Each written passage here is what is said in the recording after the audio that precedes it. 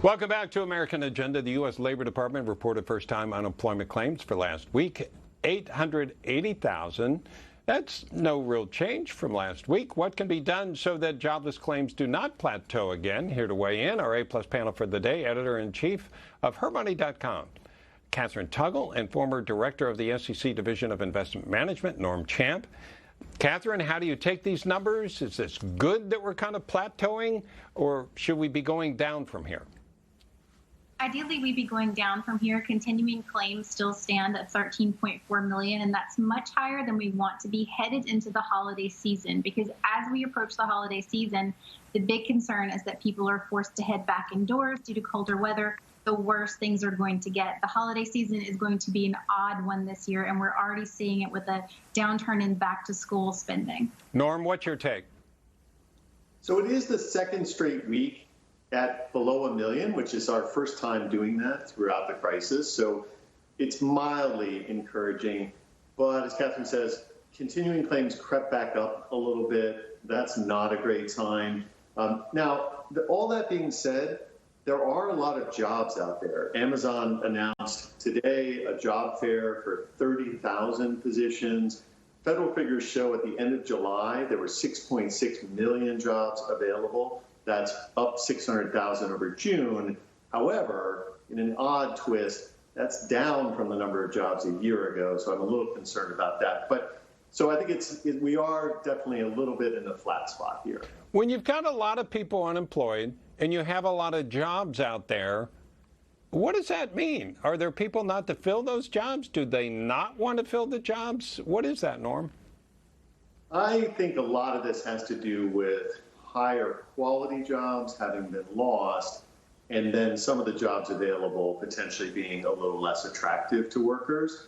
And this is one of these points where it's important as someone working on your career to think about, well, maybe I'll take the job that's available, even if it's not the exact one I want, just to avoid gaps in unemployment, keep benefits going, keep contributing to retirement savings. I think this number of jobs not being filled reflects some of that concern by people that they maybe want to wait until there's a better job available. Now, I would suggest maybe looking at some of these jobs because it's hard to know what's going to happen here in the even short to medium term future. Yeah, without getting into a discussion, Catherine, of the virus itself, if New York, including New York City, were to open up more, if California were to open up more, how do you think those numbers would change?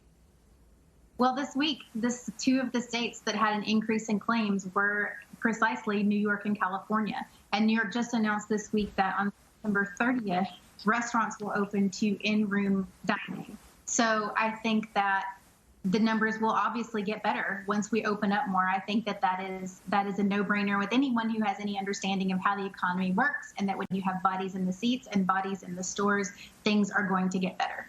Norm, do we need to open up quicker now? You know, I think so. Unemployment did tick down in August to 8.4% from over 10%. So we're now below the 10% unemployment mark.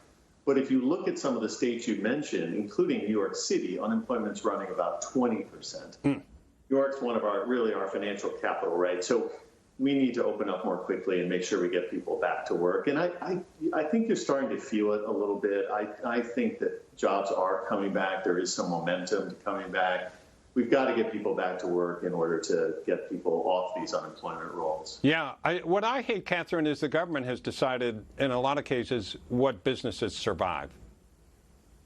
Yeah. I mean, I think when the whole thing first started, I was walking around the city and I was like, really? You're going to tell me that if I want to go into a shoe store and buy a pair of shoes, I can't? Right. Like, how does that make any sense? Right. Yeah, it's very frustrating, and I'm glad they're opening up the restaurants. I understand there's something like 2,400 restaurants that have closed for good here, it's just kind of heartbreaking to see all that. I hate seeing people lose their jobs. Obviously, the virus has something to do with it, but the government has a lot to do with it, saying you can go to work, you can't. Meanwhile, the government's getting paid the whole time. Just thought I'd editorialize there a little bit before we end it with Tuggle and Champ on the road, joining us again. Catherine Tuggle and Norm Champ, thank you so much for joining us.